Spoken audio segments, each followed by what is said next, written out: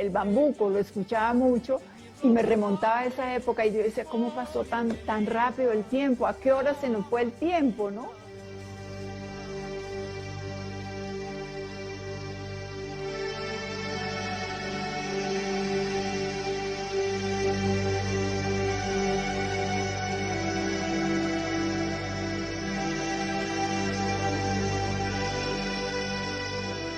Reconfortante. Eso es muy reconfortante. Si todo el mundo supiera lo reconfortante que es eso, así sean recuerdos malos o buenos, ¿no? Eso es reconfortante. Porque es cuando empieza uno a verse a sí mismo, a sentirse a sí mismo y saber que usted es algo, alguien.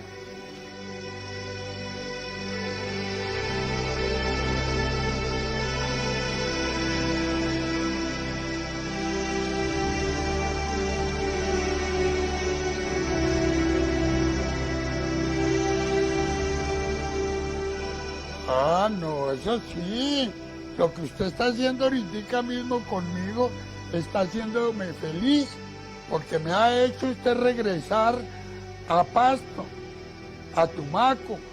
Lo tengo aquí ahorita en la memoria.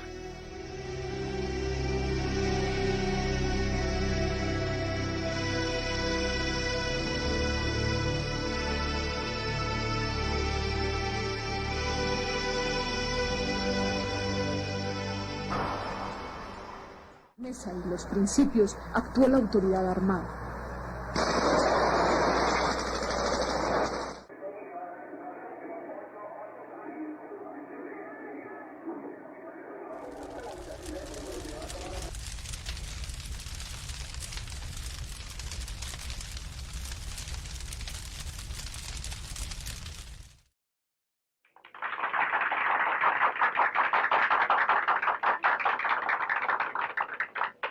Compatriotas,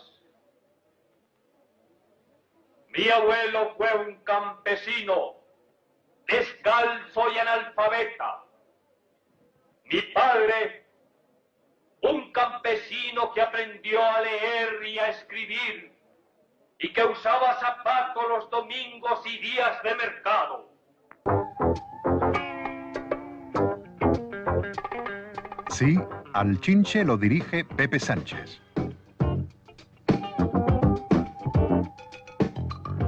Pepe, a quien los colombianos recuerdan más seguramente como el famoso Chepito de Yo y Tú, está desde hace año y medio detrás de las cámaras, realizando este programa que ocupa uno de los primeros lugares en sintonía. Por eso Barranquilla era considerada el primer puerto del país. Existía gente en otras latitudes que había oído hablar de Barranquilla, pero no tenían ni idea de que era Colombia. Y es que aquí llegaba todo el mundo, alemanes, libaneses, franceses. La luna de Barranquilla tiene una cosa. Y entre esos, la diva Casay. La luna de Barranquilla tiene una cosa de maravilla. ¡Mi lunita bella! Ay, Estercita, este lugar me da miedo. Ay, pero cuál miedo, no ves lo hermoso que es. Ay, mira.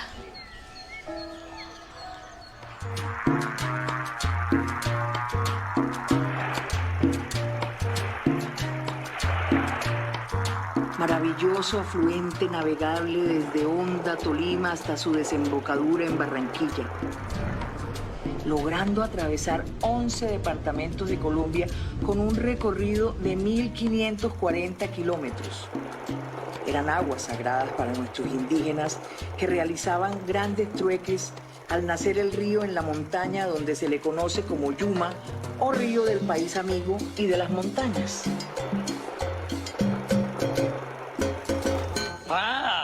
Teresita sabe bastante de Río Magdalena. Ella sabe absolutamente de todo, Ángel. Parece que ese personaje se lo querían dar a Flora Martínez. Flora no pudo, afortunadamente, y llegó Peto como 2 días o 3 días antes de empezar el rodaje y me dijo, Marcela, te necesito. Y yo, está bien. Permítame expresarle mis condolencias y decirle que se ve muy bonita así de viuda. ¿Por qué lo hizo, Sierra? No tenía ningún derecho.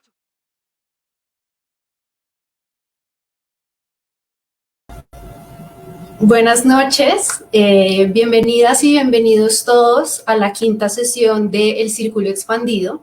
Nos alegra mucho poder contar con ustedes esta noche. Esta es la última versión de este evento virtual. Organizamos este conversatorio en el marco del tercer Círculo Nacional de Estudiantes de Cine y realmente lo que nosotros estábamos buscando era un espacio para poder pensar, hablar y pues reforzar todos los temas y áreas del cine que están a veces ausentes en los programas de formación audiovisual. Pero pues independientemente de esa ausencia es necesario crear un espacio para poder discutirlos. También el Círculo planea y produce el Encuentro Nacional de Estudiantes de Cine, que reúne a más de 200 estudiantes colombianos interesados en la reflexión y en la discusión de la industria audiovisual nacional. Entonces, estos dos espacios, el Círculo y el Encuentro, como son creados por estudiantes, buscan que sus participantes y pues todos sus invitados, como ustedes esta noche, reflexionen sobre sus procesos de formación, exploren herramientas para fortalecer las áreas olvidadas por sus escuelas y pues logren evaluar su conexión con el medio profesional al que van a incursionar. Entonces, todas estas sesiones especiales que nosotros hemos podido realizar se han llevado a cabo gracias al apoyo de nuestro socio principal, Bogotá Short Film Festival, y a nuestros demás aliados, la Fundación Patrimonio Fílmico, el Festival Corto de Popayán, Gente que hace cine, Rex Sisters, Mad Love, Bunet y En el Charco. Entonces, pues ya hablando del tema de esta noche, todos sabemos que para los estudiantes y los profesionales del cine colombiano es de gran importancia poder entender realmente las labores relacionadas al Archivo Nacional Audiovisual, y pues todo lo que llega a implicar la preservación y la restauración de la memoria fílmica colombiana. Por eso es tan importante la labor de instituciones como la Fundación Patrimonio Fílmico. A veces esta formación archivística, esta formación acerca de preservación, de presentación, que está en servicio de la producción audiovisual, no está para nada cubierta en la oferta educativa actual, y todos estos campos que incluye, que son investigación, recolección, presentación, conservación, restauración y una serie de labores, tienen unos retos y necesidades específicas que siguen siendo un vacío muy grande en la formación cinematográfica del país. Entonces, por eso, esta noche nos reunimos alrededor del tema archivo y patrimonio, y para hablar contamos con una gran invitada que trabaja día a día para difundir y socializar el patrimonio audiovisual colombiano, Alexandra Falla. Hola Alexandra, ¿cómo estás? Buenas noches a todos, es un placer estar aquí con ustedes y tratar de provocarlos esta noche frente al tema de la memoria audiovisual y las posibilidades que la memoria permite. Les invitamos a dejarles todas las preguntas que le quieran hacer a Alexandra en los comentarios de la transmisión, y a lo largo de la charla pues las iremos leyendo. ¿Listo? Entonces, para iniciar, y tal vez solo como un pequeño abrebocas porque la labor de la Fundación es enorme, Alexandra, porfa, dinos, ¿qué hace la Fundación Patrimonio Fílmico Colombiano? Bueno, hay que arrancar por decir que agradezco mucho este espacio de socialización de la labor de la Fundación. La Fundación Patrimonio Fílmico Colombiano fue creada en finales de la década del 80, ya tiene más de 30 años de trabajo ininterrumpido en lo que tiene que ver con la conservación y la preservación de la memoria audiovisual del país. Y a veces nos preguntamos qué hay detrás de esas palabras, ¿no? ¿Qué implica preservar y conservar la memoria audiovisual de un país?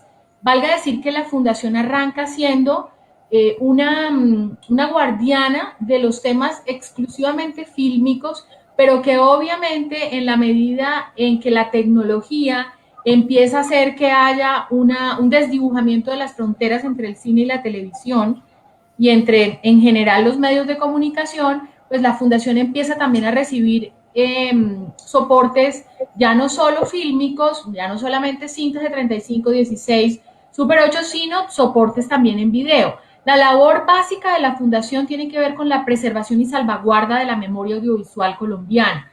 Eso implica, por supuesto, la disposición técnica de los soportes fílmicos y de videos que hoy pueden sumar aproximadamente unas 300.000 unidades, hemos ido subiendo en estos años. Eso implica el gran reto de la digitalización de esa memoria audiovisual para que hoy esa memoria pueda hacer parte de estos entornos, como el ejemplo o los ejemplos que acabamos de ver de utilización de material de archivo en nuevas producciones audiovisuales, que es un elemento muy interesante que seguramente conversaremos frente al que conversaremos más tarde. Y obviamente yo creo que parte de esa tarea que arranca por la disposición técnica de esos materiales para que no sufran deterioro con el paso del tiempo y para que puedan ser objeto de restauración y de digitalización posterior, también está el tema de la socialización y circulación de ese material. Es decir, yo siempre he creído que más allá de la labor de tener allí las cintas y los soportes muy bien cuidados para que los podamos digitalizar en el momento en que tengamos los recursos, también está ese gran reto de cómo ponemos al servicio de la comunidad este material y cómo hacemos para circularlo y cómo hacemos para socializarlo, no solamente a través de reemisiones de películas o de noticieros o de cualquier tipo de material que estemos hablando, sino también de utilizaciones y resignificaciones a partir de nuevas producciones audiovisuales, ya sean de carácter documental o de carácter argumental. Cualquiera de las dos es absolutamente factible.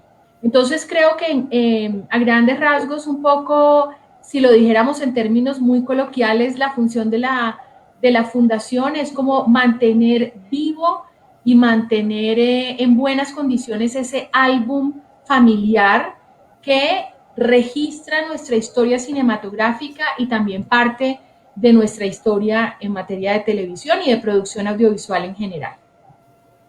Total, esta labor, yo creo que todos tenemos conciencia de que es realmente importante, más allá de lo que tú dices, que vamos a hablar un poquito más adelante, de esta realización nueva con imágenes de archivo audiovisual como insumo, también pues la labor que tiene a la hora de crear una memoria fílmica del país y ese archivo y cómo podemos seguirlo usando a futuro y pues estas ideas y estos constructos que nosotros podemos tener de identidad y de nación a partir pues de todo esto que hay.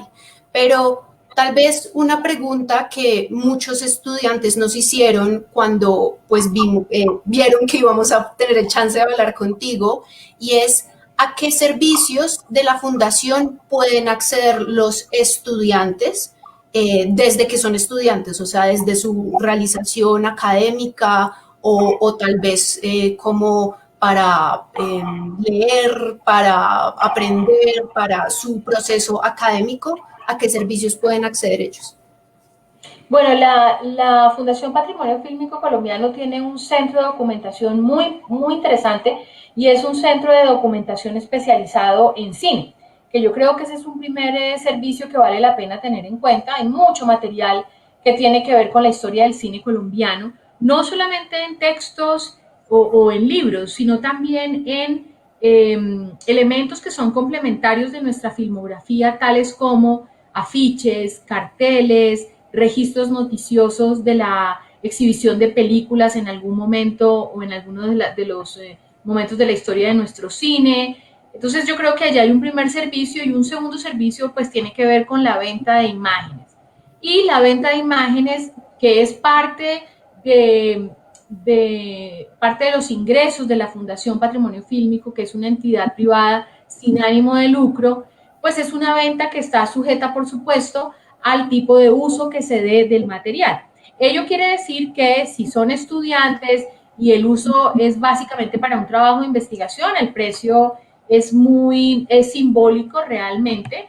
Nosotros tenemos precios diferenciados o tarifas diferenciadas para estudiantes, para academia e investigación en general, por supuesto para televisión pública y para televisión privada nacional, y también ahora, dada la proliferación de plataformas, para plataformas digitales que también nos compran mucho material de archivo con el objetivo de realizar producciones audiovisuales nuevas.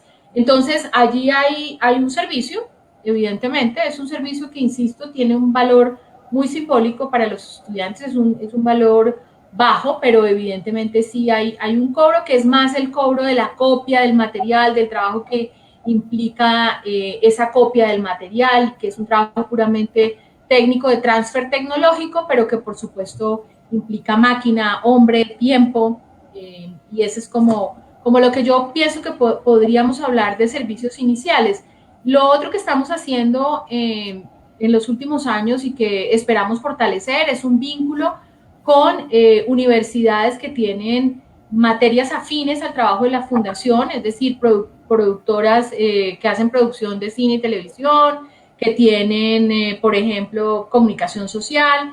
En los últimos años hemos aumentado muchísimo el número de pasantes que tienen que ver con estas áreas, que también es interesante porque no teníamos muchos pasantes. Hemos venido aumentando el número y hemos venido llamando la atención que tiene para los estudiantes aprender cosas que evidentemente no van a aprender en ninguna otra parte y que tienen que ver con todo el tema de la restauración fílmica, con todo el tema de la preservación, con todo el tema del trabajo de digitalización, los distintos formatos, las diferencias de los formatos, temas que por supuesto hacen parte como de un campo muy específico de conocimiento en lo que concierne a los archivos audiovisuales. Entonces hemos venido generando links con universidades que son afines, que tienen carreras afines a nuestro trabajo, y allí hemos encontrado un nicho muy interesante. Muchos de los estudiantes luego han quedado vinculados con proyectos que en permanente estamos desarrollando, y nos gusta muchísimo porque consideramos que también es una forma de generar un relevo generacional de conocimiento frente a temas que son bastante puntuales, bastante técnicos y muy específicos de la fundación, así que nos complace mucho vincular gente joven y tener gente joven metida en nuestros proyectos cotidianos, que son muchos y que por fortuna esperamos sigan creciendo para seguir vinculando más personas. Por completo, a mí me gustaría que pudiéramos hablar un poco más de esa relación que están intentando establecer con las universidades, porque pues independientemente de todo, creo que pues lo hemos hablado, la oferta actual de educación puntual sobre este tipo de labores en las universidades pues no está tan fuerte. Realmente es una educación y una experiencia que la gente adquiere ya cuando logra tener el contacto con instituciones como Patrimonio, como con Fundación Patrimonio, y que si no, no llegarían a tener de ninguna otra forma.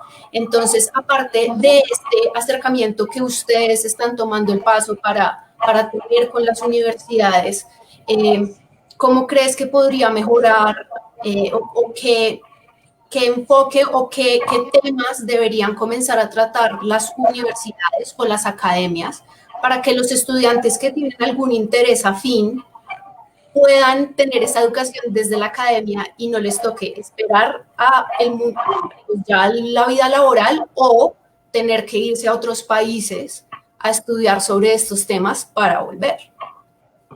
Bueno, ese es un gran reto de la Fundación. Por supuesto, creemos que es un reto que tenemos que adelantar con la academia, sin lugar a dudas. Hay otro elemento que quizás no mencioné y que estamos tratando de fortalecer mucho, María Paula, y es que algunos de los formatos que nosotros en permanente estamos digitalizando son formatos que precisamente por la inexistencia de la digitalización no habían sido abordados o estudiados desde el punto de vista académico.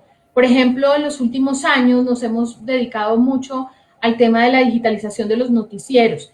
Y bueno, por ejemplo, los noticieros cinematográficos, realmente si encontramos análisis, estudios, investigaciones, pues no vamos a encontrar mucho porque no estaban en digital y no había posibilidad de acceso a ese material como objeto de investigación.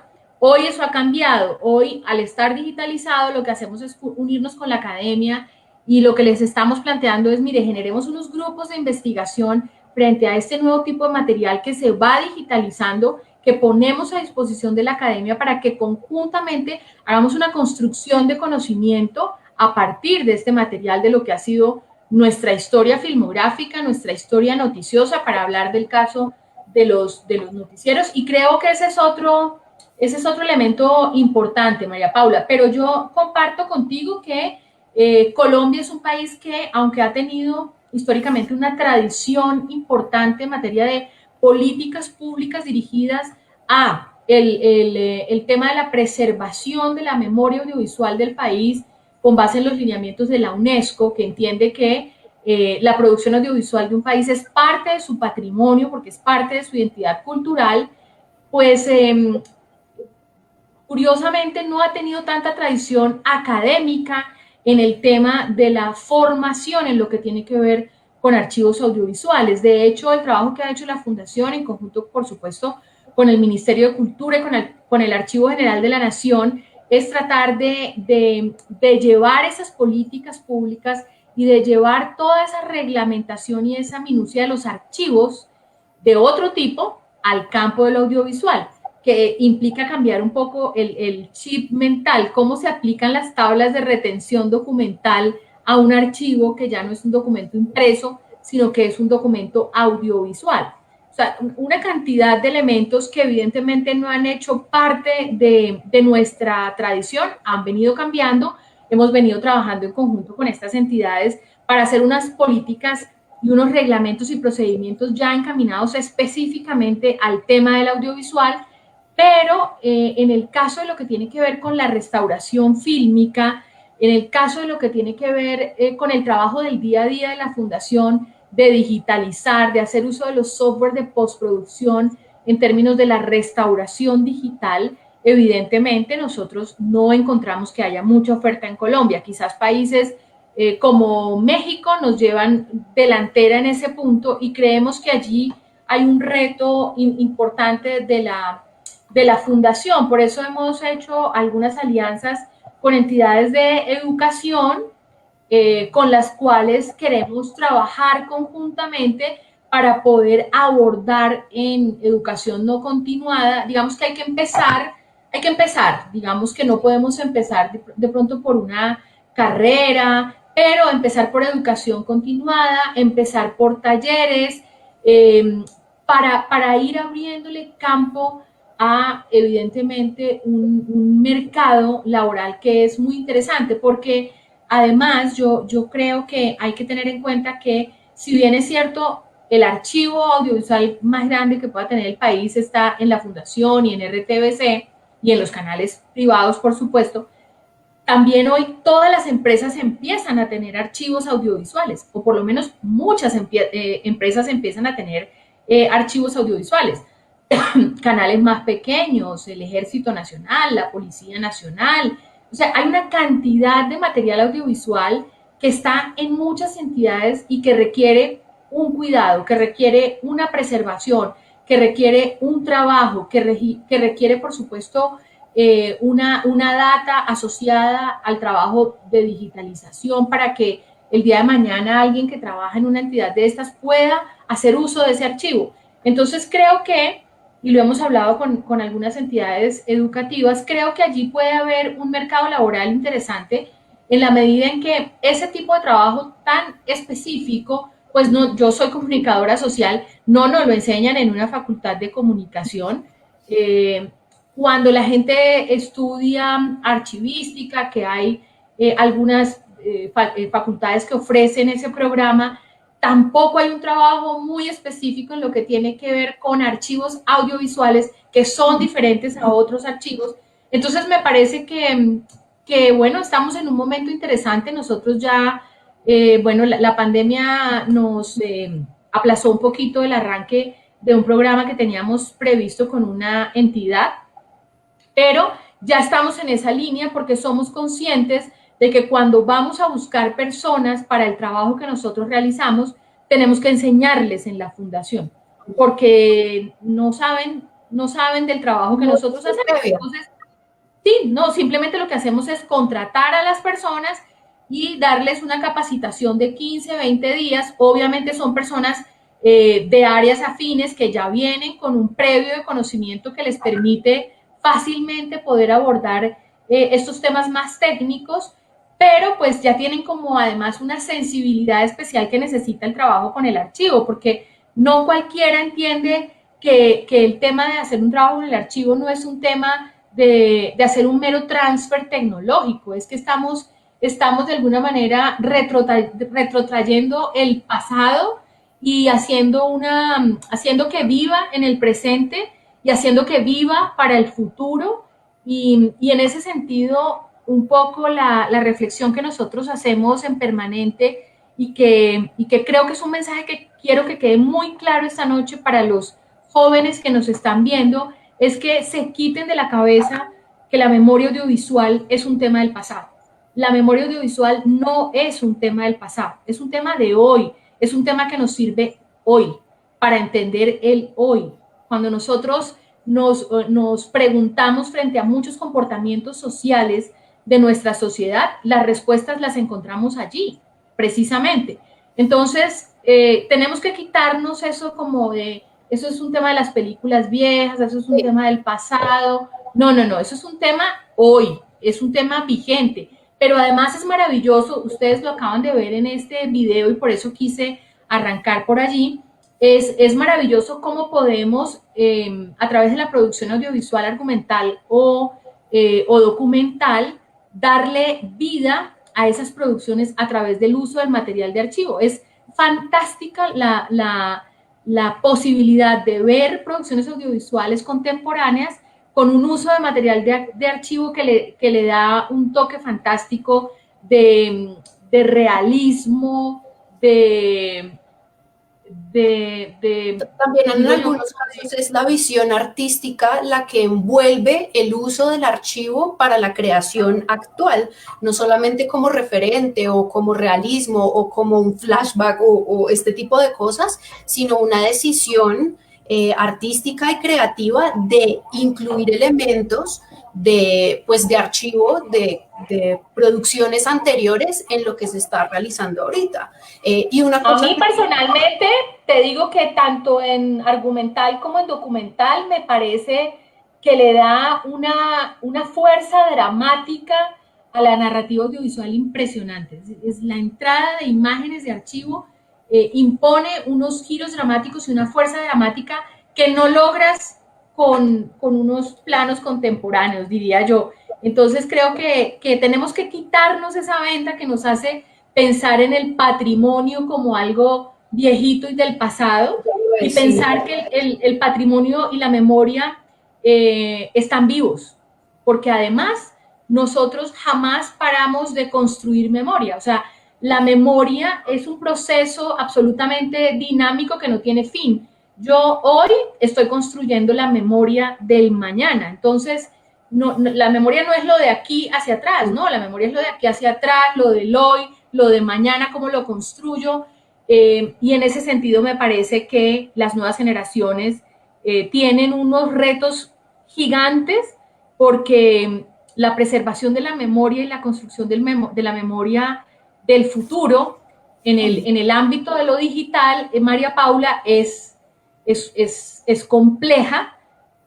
Hoy tenemos una gran cantidad de data, o sea, hoy tenemos mucha información. Cada película que estamos filmando en 4K o en 2K es una cantidad de información digital impresionante. Y bueno, ¿dónde la vamos a guardar? ¿Cómo la vamos a guardar? ¿Cómo la vamos a preservar? ¿Cómo hacemos para que en 50 años se sepa que esta película la hicimos en el 2020? Y bueno, ¿cómo estamos construyendo también la memoria del futuro? Por supuesto, lo que mencionas también me parece que trae a colación el hecho de que pues siempre hay un proceso como de selección, de curaduría, ¿no? Por decirlo de una forma. El hecho de que nosotros seleccionemos qué es lo que queremos preservar dice mucho de quiénes somos, de quiénes creemos que somos y qué es lo que creemos merece la pena llevar con nosotros al futuro.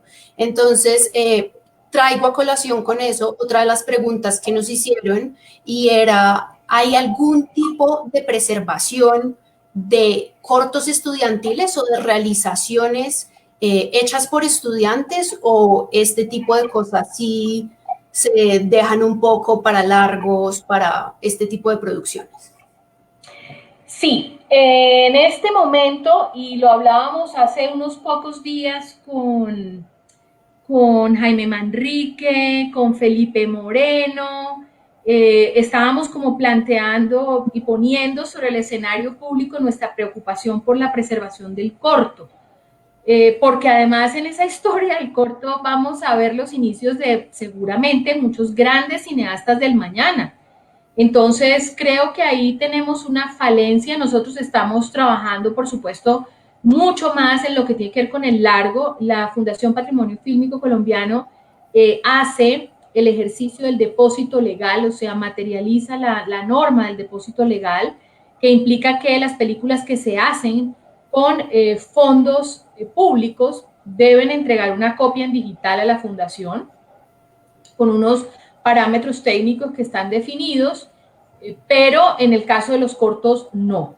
Hemos tenido históricamente convenios con algunas universidades que tienen facultades de cine y televisión y que ellos, por convenio y asocio con la fundación, dejan materiales de estudiantes allí, pero pues no ha habido tampoco mucha circulación ni trabajo con ese tipo de materiales. Entonces yo sí creo que sería interesante, y ese es otro campo, fíjate María Paula, otro campo laboral súper interesante, porque las universidades también tienen unos archivos gigantescos y son archivos que en muchos casos no están siendo preservados de la mejor manera y que requieren un trabajo y que requieren una experticia que haga que esa memoria audiovisual, en donde puede haber grandes cineastas del futuro, insisto, pues se preserve y se preserve bien. Pero digamos que la respuesta puntual es estamos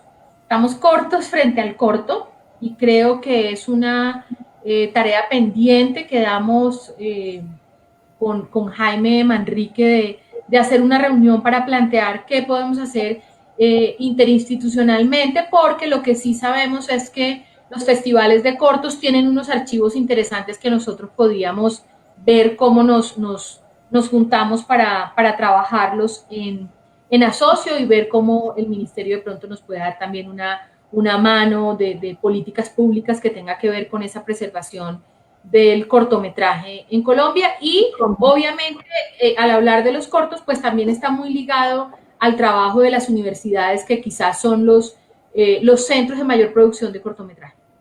¿Y cómo podrían los productores o los realizadores, porque tú sabes que ese tipo de creación y de realización estudiantil es un poco más conjunta, ¿no?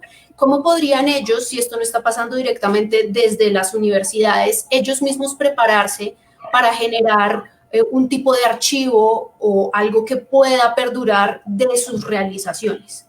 ¿Qué pasos tendrían? Yo creo que lo que se podría hacer es mirar cómo existe hoy una normativa para el depósito legal. Lo que pasa es que obviamente hoy está la entrega de unas cintas LTO que puede tener un valor, pero podríamos mirar también cómo lo hacemos individualmente. O sea, yo estoy realmente como cabeza de la fundación y como cabeza de un equipo que lo ha pensado y trabajado, preocupada por ese tema, porque me parece que podemos estar allí perdiendo una memoria audiovisual importante. Entonces, pues dirigirse a la fundación, por supuesto, siempre va a ser una opción. Nosotros siempre estamos como muy dispuestos a recibir a las personas y el material. Muchas veces, por ejemplo, y ya nos ha pasado, llegan películas que no han sido financiadas por el Estado, pero que nos dicen, oiga, ¿cómo dejo mi copia en digital acá? Yo no tengo la obligación de hacerlo, pero yo quisiera que mi película se preserve, y lo hemos hecho. me gustaría que volviéramos un poco a este proceso de restauración que ustedes realizan sobre pues, el fílmico, sobre archivos anteriores. ¿Cómo se realiza esta restauración de estos documentos? Yo quisiera ir como María Paula al proceso general, porque va mucho más allá, insisto, de hacer el transfer. Digamos que hacer el transfer tecnológico es como un pedacito del proceso.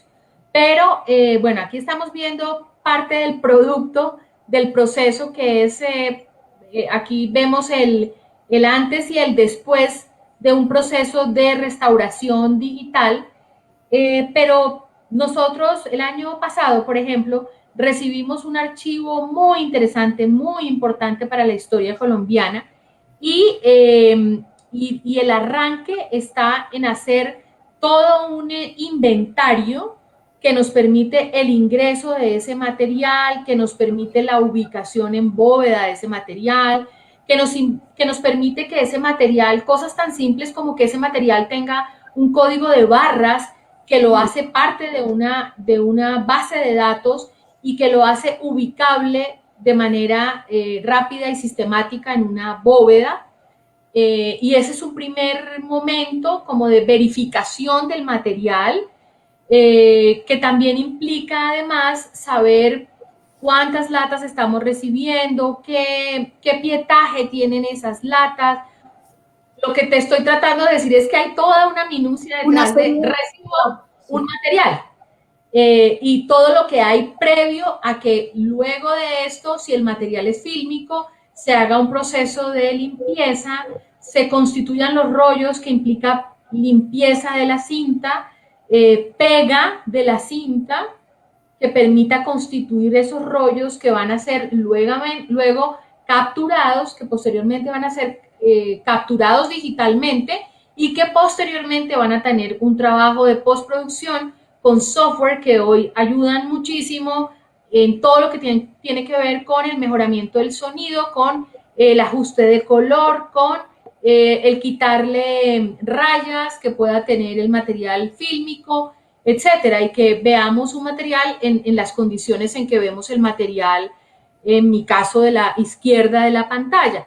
Entonces, es importante además mencionar que en el tema de lo fílmico, esta captura digital no existe en Colombia, bueno, recientemente la Cinemateca compró un equipo, pero la captura no se hace en Colombia, la captura la estamos haciendo actualmente con un trabajo en México, en donde se hace esa captura digital y luego se trae ya el material capturado y lo que se hace es un proceso de postproducción. Valga decir que en la medida de lo posible, y si viven aún los productores y directores de las películas que se restauran, los invitamos a ser parte de ese proceso de postproducción, porque es muy importante, en la medida de lo posible, insisto, contar con el aval, con la anuencia y por supuesto con la aprobación del director, que nos diga, mire, sí, ese era el tono, esa era la calidez que yo le estoy diciendo un ejemplo, pero esa era la calidez que yo le quería dar a esas escenas, ese era el look que yo quería que tuviera la película, porque obviamente cualquier trabajo que se haga en postproducción puede cambiar un poco el sentido original en el concepto más amplio de la...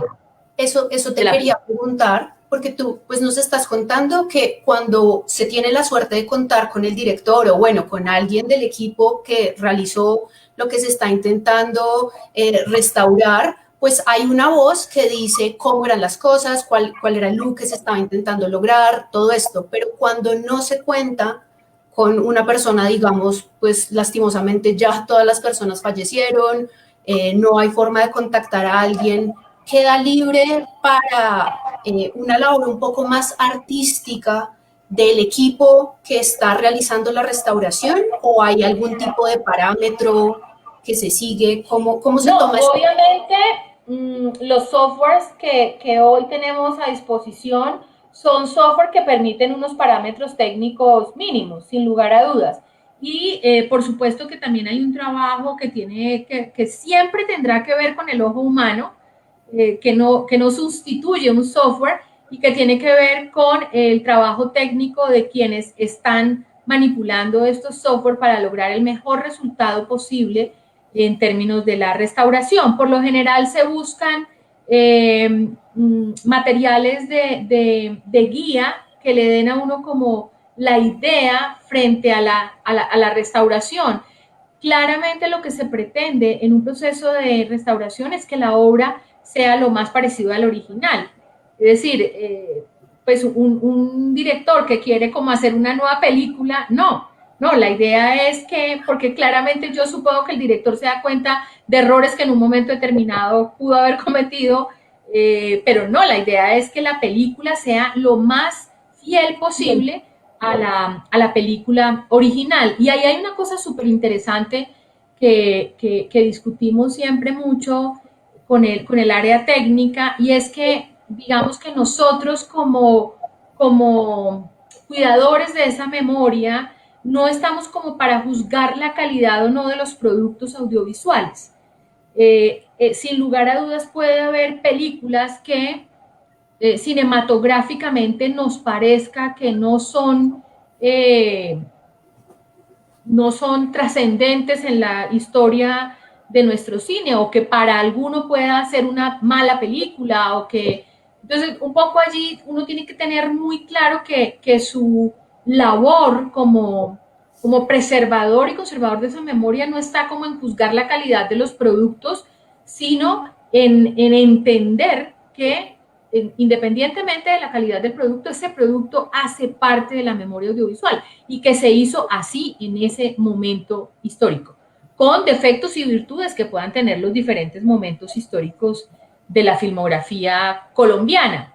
Por ejemplo, nosotros tuvimos muchos años con una filmografía que tenía problemas de audio, por ejemplo. Esos los resolvemos hoy, afortunadamente. Y hoy el audio puede ajustarse y si ustedes recuerdan, había películas que uno como que no entendía bien, no entendía.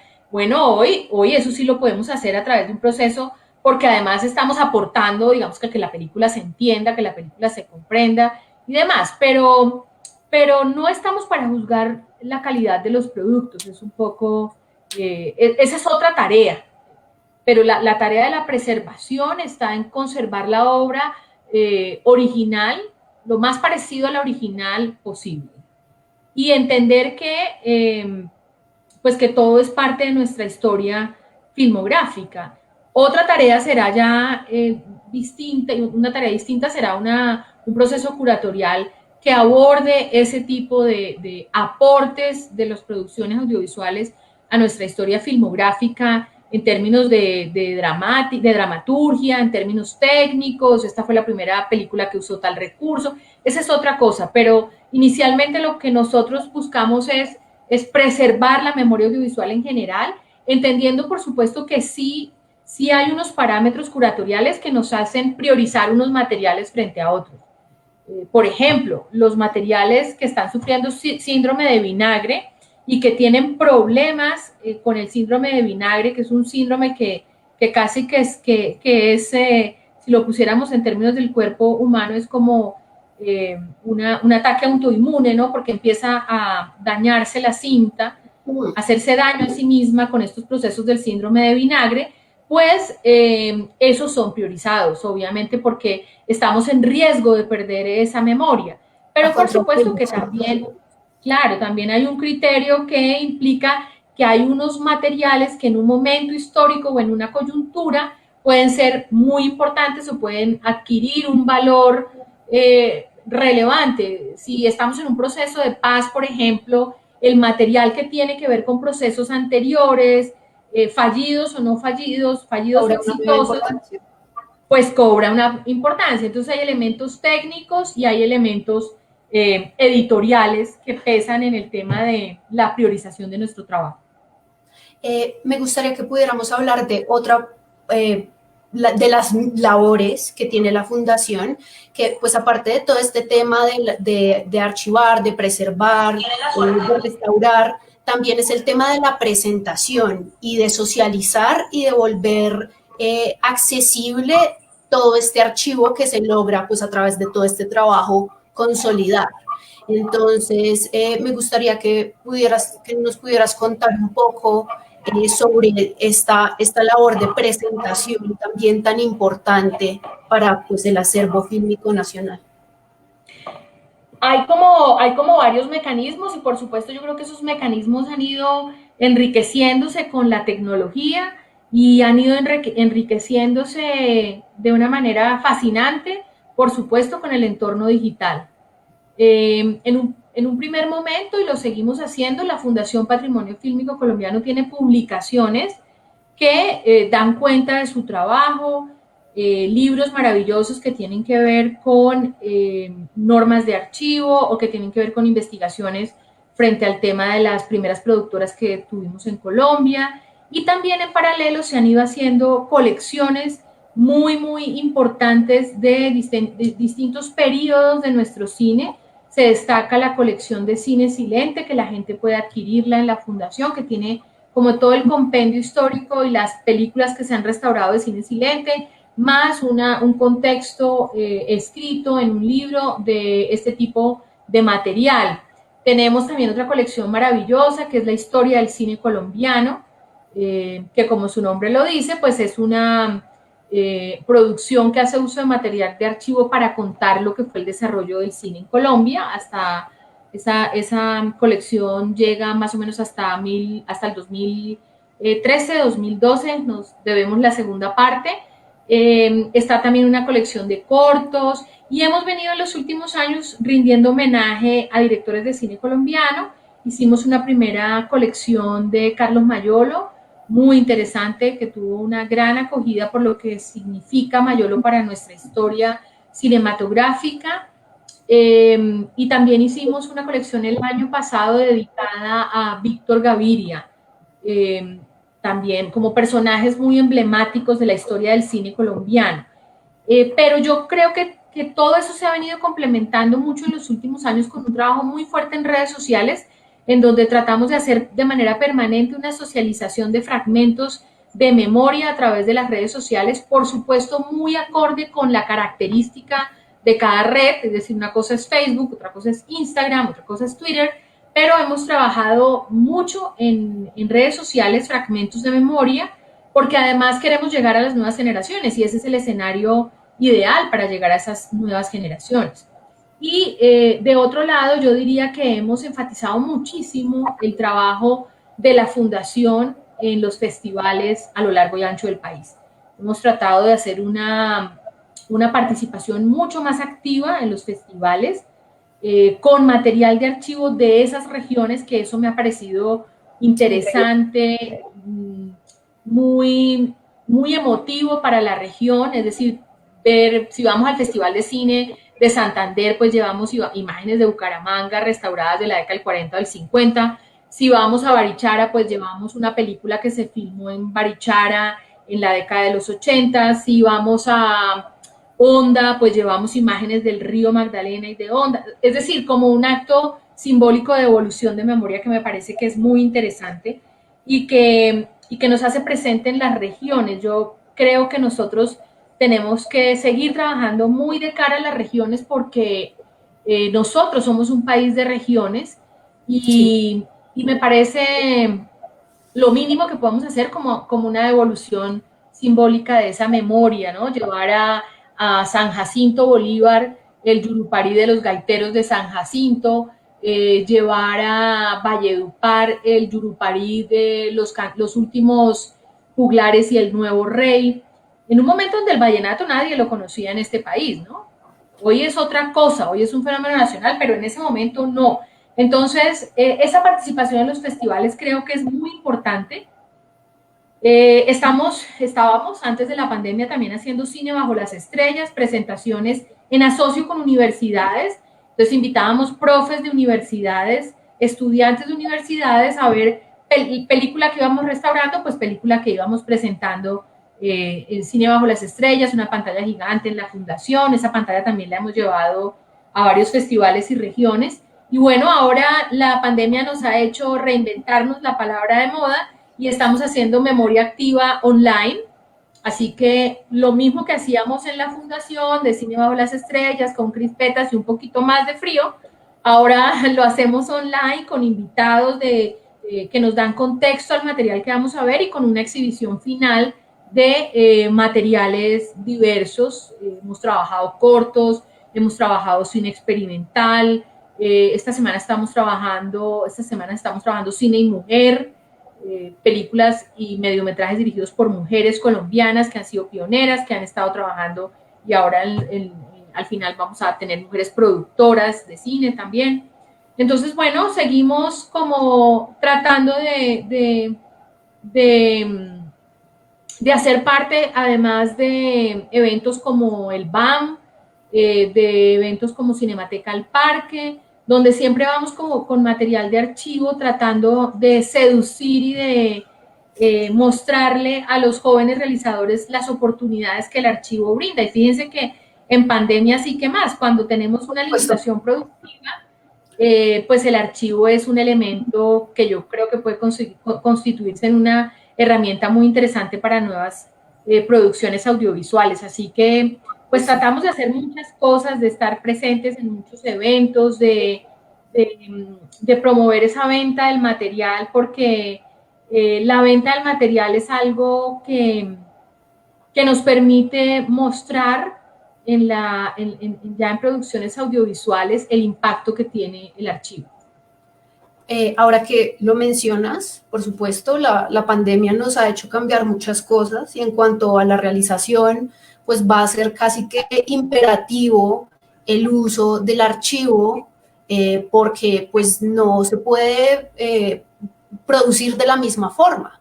Entonces, ¿cómo podrían algunos de los chicos para sus próximas producciones en medio de la pandemia académicas, qué pasos tienen que seguir ellos para poder acercarse a la fundación y ganar acceso a estos archivos para usarlos ellos? Nosotros estamos trabajando a full. Lo único es pues dirigirse a la página de la entidad. En la página web, en el sitio web, tenemos un catálogo online. En la medida en que el catálogo no sea exhaustivo o que consideremos que al catálogo le falta algo, siempre estamos haciendo un acompañamiento muy cercano a los productores y realizadores en términos de, oiga, yo necesitaría imágenes de tal época, de tal cosa. Digo, si no lo encuentra inicialmente en las bases de datos que están en el catálogo de la fundación. Pero es muy sencillo, y bueno, hoy la tecnología también permite que ni siquiera haya que ir, sino que todas las transacciones y todo se hace online, el pago, el envío del material. Nosotros se envía un primer material con timecode para que es una copia de trabajo que la gente puede mirar y decir, oiga, de todo esto me interesa de tal minuto a tal minuto, y bueno, y surtir todo el proceso de compra online sin ningún problema. Lo hemos hecho, no hemos parado de trabajar ni un momento, así que por supuesto bienvenidos a la página de la fundación y a contactarnos cuando necesiten algún material de archivo. Muchas gracias, Alexandra. Y ya para cerrar, pues como en ese proceso de siempre poder y querer mejorar, ¿cómo crees tú que los estudiantes pueden, qué pueden hacer los estudiantes? ¿Qué papel pueden jugar para ayudar a fortalecer el patrimonio fílmico colombiano?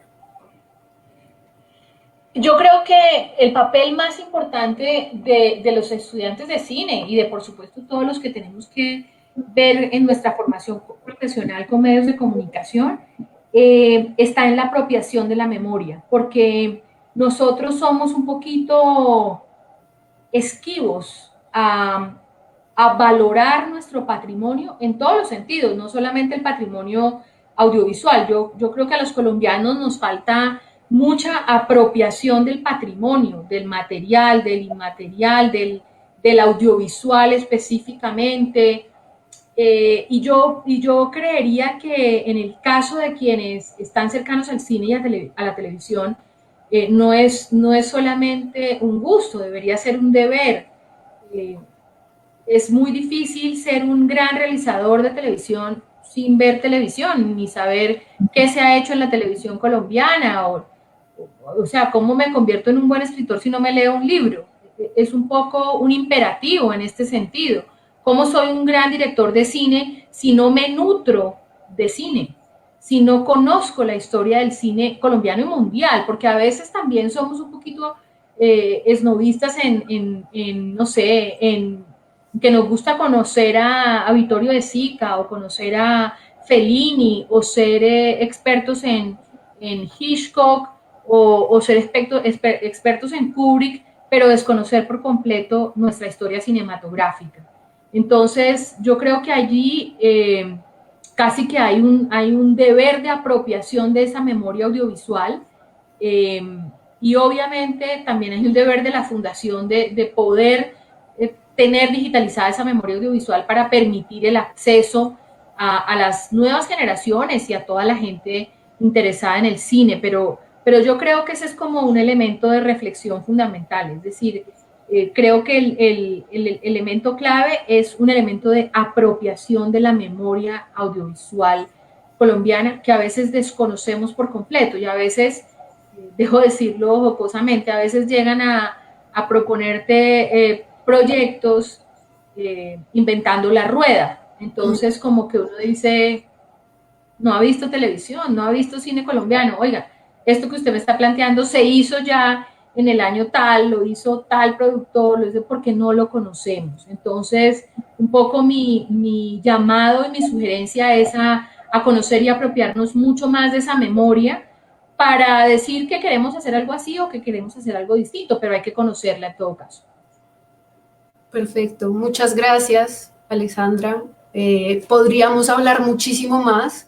Podríamos hablar sobre de verdad ya con detalle todas las labores que realiza la Fundación, podríamos hablar sobre el deber de la memoria y cómo eso nos puede ayudar a crecer no solamente como nosotros, como personas, sino ayudar a crecer la industria, que creo que es lo que pues todos los que estamos estudiando queremos hacer, pero pues ya se nos acabó la hora.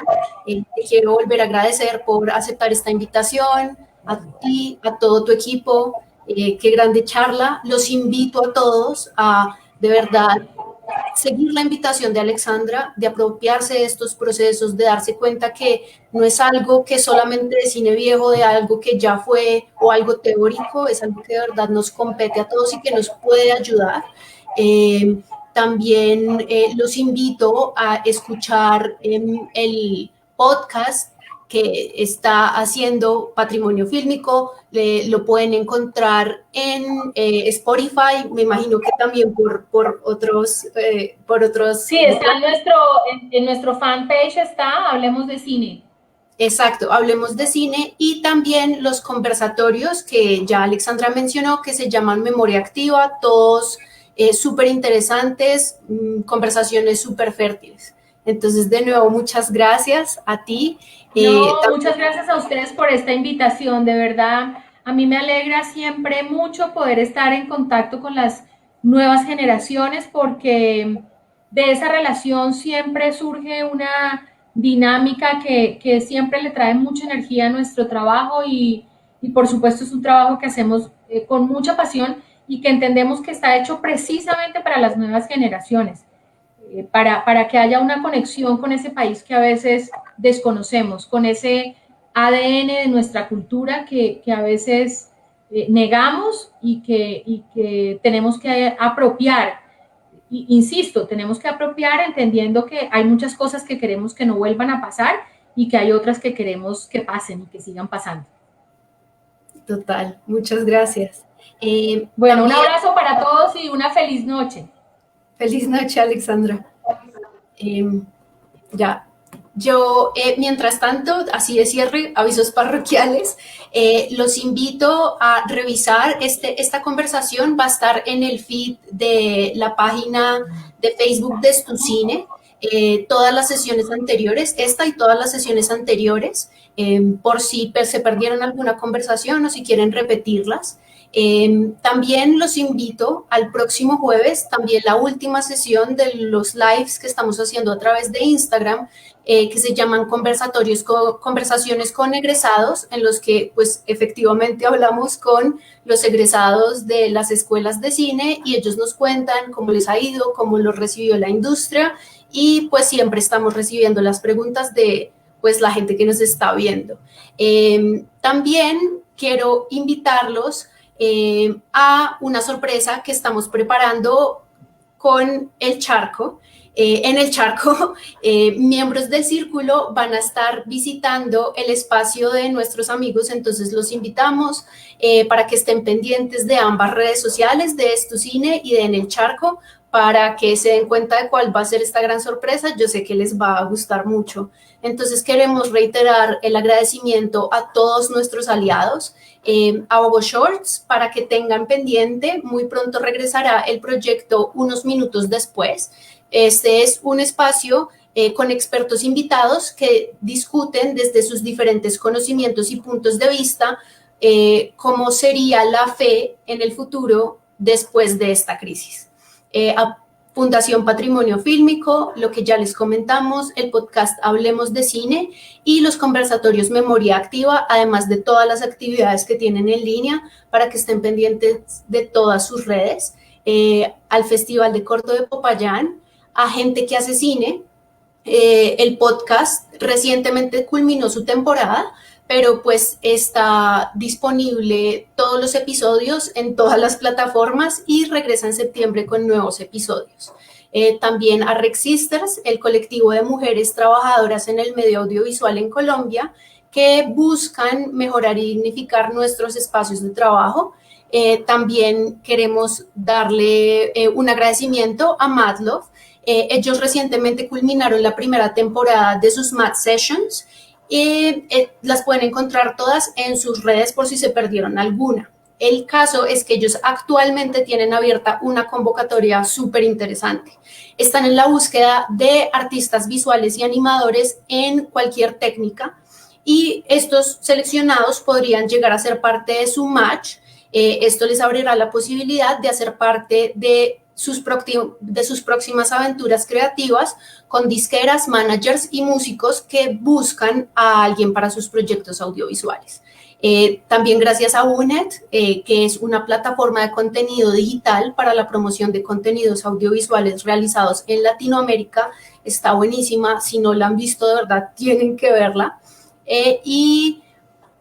Por último, pero sí, en El Charco, este programa web está en su segunda temporada. Entonces recuerden nuestra sorpresa la próxima semana, y ellos hoy a las 9 estrenarán su episodio 11. Nadie sabe que sufre de Alzheimer hasta que lo ve en una película. De hecho, en relación con nuestro tema de hoy. Entonces, ellas y ellos van a hablar del cine colombiano como archivo histórico. Ya para cerrar, dejarlos ir. Quiero darle muchas gracias al equipo humano de Estucine, a Mónica Molano, la directora general, a Mauricio Romero, nuestro director académico, a Camila Muñoz y a Exler Felipe, nuestros productores que estuvieron detrás del máster durante toda esta transmisión, a Ale Virgües, que ella es la coordinadora de Mercadeo e Inscripciones y nos ha apoyado con el diseño, y a Kate Urrea, nuestra diseñadora. Y por último, a Lorena Polanía, la asesora de coordinación, un saludo especialísimo para ella. Entonces, bueno, muchas gracias por acompañarnos hoy, muchas gracias por acompañarnos en toda esta temporada de Círculo Extendido. Ojalá les haya gustado. Estamos siempre súper pendientes en todas las redes, en todos nuestros medios, de sus comentarios, y pues nada, nos veremos muy pronto con cosas nuevas. Que estén muy bien.